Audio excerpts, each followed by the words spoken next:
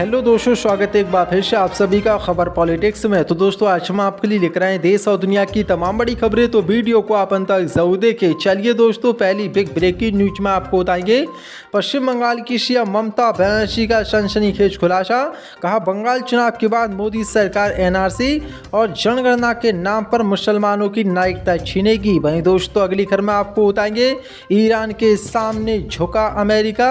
जंग के बीच ईरानी तेल से 30 दिनों के लिए अमेरिका ने हटाया प्रतिबंध, ईरान की बड़ी जीत। वहीं दोस्तों आपको बताएंगे असम चुनाव में भी हुई टीएमसी की एंट्री। ममता बनर्जी ने जारी की 17 उम्मीदवारों की पहली लिस्ट, जाने किसे कहां से दिया ममता ने टिकट। वहीं दोस्तों अगली खबर में आपको बताएंगे सजदे में झुके सिर, देश भर में ईद की धूम।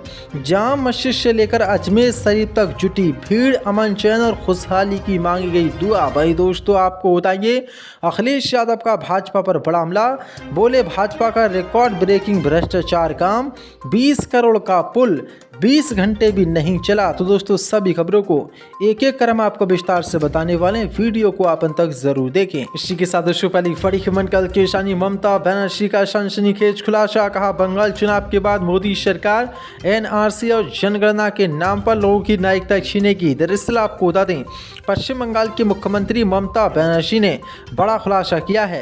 उन्होंने खुलासा करते हुए कहा कि मोदी सरकार राज्य में आगामी विधानसभा चुनावों के बाद एनआरसी और जनगणना के नाम पर लोगों की नागरिकता छीनने की योजना बना रही है। उन्होंने कहा कि लोगों को ऐसे प्रयासों के प्रति सतर्क रहना चाहिए। ममता बनर्जी ने आरोप लगाया कि मोदी सरकार निर्वाचन आयोग के साथ मिलकर बीजेपी को आगामी लोकसभा चुनाव जीतने में मदद करने के लिए परिसीमन कवायद की योजना बना रही है। उन्होंने निर्वाचन आयोग पर आरोप लगाया कि उसने चुनाव से पहले भाजपा के लिए अनुकूल माहौल बनाने के लिए राज्य के अधिकारियों का तबादला कर दिया है। ममता दीदी ने कहा कि निर्वाचन आयोग बीजेपी के इशारे पर अधिकारियों का तबादला कर रहा है ताकि चुनाव से पहले बंगाल में धन और हथियारों की तस्करी की जा सके। उन्होंने कहा कि निर्वाचन आयोग की कार्रवाई के परिणाम स्वरूप प्रभावी रूप से पश्चिम बंगाल में अनौपचारिक राष्ट्रपति शासन लागू हो गया है। ममता दीदी ने आरोप लगाया कि ये बीजेपी इसलिए कर रही है क्योंकि भाजपा जानती है कि वह बंगाल में चुनाव हार जाएगी। उन्होंने आरोप लगाया कि एसआईआर कवायद में एक विशेष समुदाय यानी कि मुसलमानों को अनुचित रूप से निशाना बनाया जा रहा है और अब मोदी सरकार बंगाल चुनाव के बाद एनआरसी लाएगी, जिसके बाद मुसलमानों की नागरिकता छीनी जाएगी। के साथ कल केशा में ईरान के सामने आखिरकार अमेरिका ने टेके घुटने। जंग के बीच ईरानी तेल से 30 दिनों के लिए हटाया प्रतिबंध। दरअसल आपको बता दें अमेरिका, इजराइल और ईरान के बीच लगभग 23 दिनों से भीषण बमबारी और युद्ध जारी है, लेकिन आखिरकार अमेरिका ने आज ईरान के सामने घुटने टेक दिए हैं क्योंकि इस जंग से दुनिया पर ऊर्जा संकट बना हुआ है। हॉर्मुज स्ट्रेट बंद होने की वजह से कच्चे तेल की कीमतें आसमान छू रही हैं, तो दूसरी तरफ गैसों की किल्लत सभी देशों में देखने को मिल रही है। इस बीच अमेरिका ने बड़ा यूटर्न लेते हुए ईरानी तेल से 30 दिनों के लिए प्रतिबंध हटा दिया है। ट्रंप प्रशासन की ओर से ईरानी तेल से प्रतिबंध हटाए जाने से कई देशों को बड़ी राहत मिलने वाली है। इस फैसले के बाद ईरान का तेल खरीदा और बेचा जा सकता है बिना किसी पेनल्टी के डर के। उम्मीद जताई जा रही कि राष्ट्रपति ट्रंप के इस फैसले से तेल की कीमतों पर काबू पाया जाएगा। ट्रंप प्रशासन ने कहा है कि ईरान के तेल पर जो पाबंदी लगी हुई थी उस पर अगले 30 दिनों के लिए छूट दी जा रही है। ये 20 मार्च से लेकर 19 अप्रैल के बीच जहाजों में भरे गए तेल पर लागू होगी। अमेरिका के वित्त मंत्री स्कॉट बेसेंट ने कहा कि ईरान वैश्विक आतंकवाद का मुख्य केंद्र है और राष्ट्रपति ट्रंप के ऑपरेशन एपिक फ्यूरी के जरिए हम इस अहम लड़ाई को उम्मीद से भी ज़्यादा तेजी से जीत रहे हैं।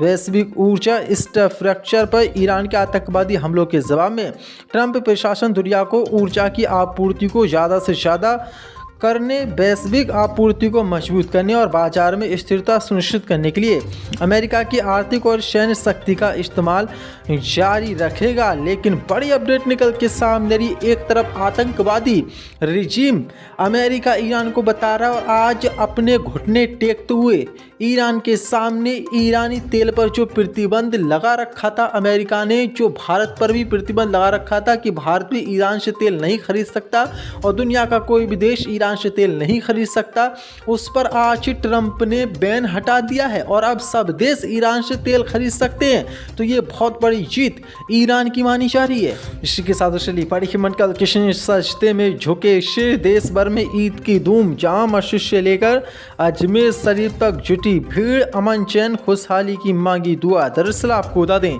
ईद उल फित्र 2026 का त्यौहार पूरे भारत में हर्षोल्लास और धार्मिक आस्था के साथ मनाया जा रहा है। राजधानी दिल्ली समेत देश के कई बड़े शहरों में सुबह से ही मस्जिद और ईदगाहों में नमाज अदा करने के लिए लोगों की भारी भीड़ उमड़ी। लोगों ने एक दूसरे को गले लगाकर ईद की मुबारकबाद दी और देश में अमन चैन, तरक्की और खुशहाली की दुआ मांगी। आपको बता दें, दिल्ली के ऐतिहासिक जामा मस्जिद में ईद के मौके पर हजारों नमाजियों ने एक साथ नमाज अदा की। सुबह से ही मस्जिद परिसर आसपास के इलाकों में लोगों की भीड़ देखने को मिली। नमाज खत्म होने के बाद लोगों ने एक दूसरे को गले लगाकर ईद की बधाई दी। मस्जिद के बाहर बच्चों, युवाओं और बुजुर्गों में खास उत्साह देखने को मिला। पूरा इलाका त्यौहार के रौनक से जगमगाता नजर आया। त्यौहार को शांतिपूर्ण तरीके से मनाने के लिए प्रशासन की ओर से सुरक्षा के पुख्ता इंतजाम किए गए थे। दिल्ली पुलिस पूरी तरह अलर्ट मोड में नजर आई। खासतौर पर जामिया हमदर्द गेट के बाहर बड़ी संख्या में पुलिसकर्मी तैनात किए गए और लगातार निगरानी रखी जा रही है ताकि किसी प्रकार की असुविधा ना हो। ईद का ये पावन अवसर देश भर में भाईचारे, एकता और आपसी प्रेम का संदेश देता नजर आया, जहां धर्म और समुदाय से ऊपर उठकर लोग खुशियां साझा करते दिखाई दिए।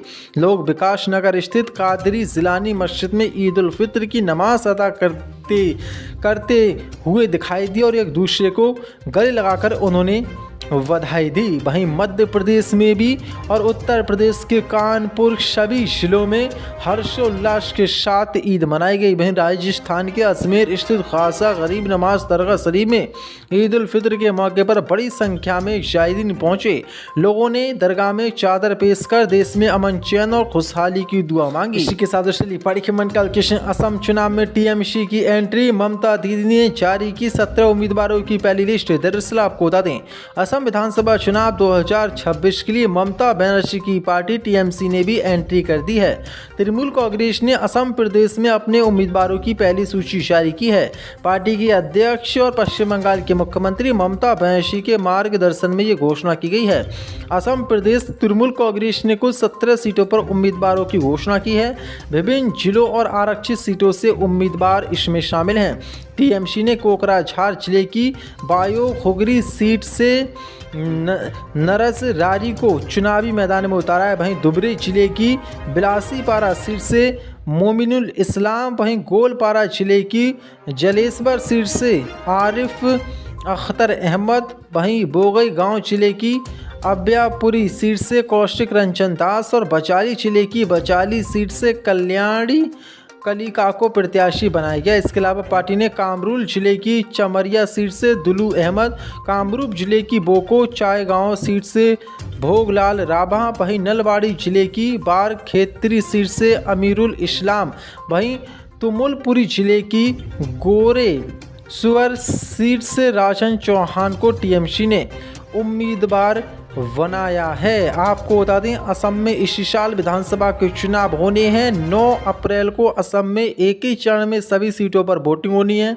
जिसके नतीजे 4 मई को जारी होने हैं। लेकिन पश्चिम बंगाल के बाद ममता बनर्जी की एंट्री दूसरे राज्यों यानी कि असम में भी हो चुकी है और यहाँ भी टीएमसी ने अपने उम्मीदवार उतार दिए हैं।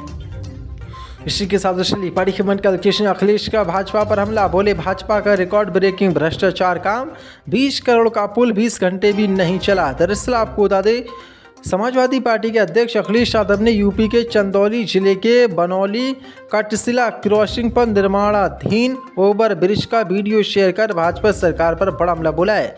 उन्होंने कहा कि भाजपा का रिकॉर्ड ब्रेकिंग भ्रष्टाचारी काम बनने से पहले ही ओवर ब्रिज हुआ धड़ाम।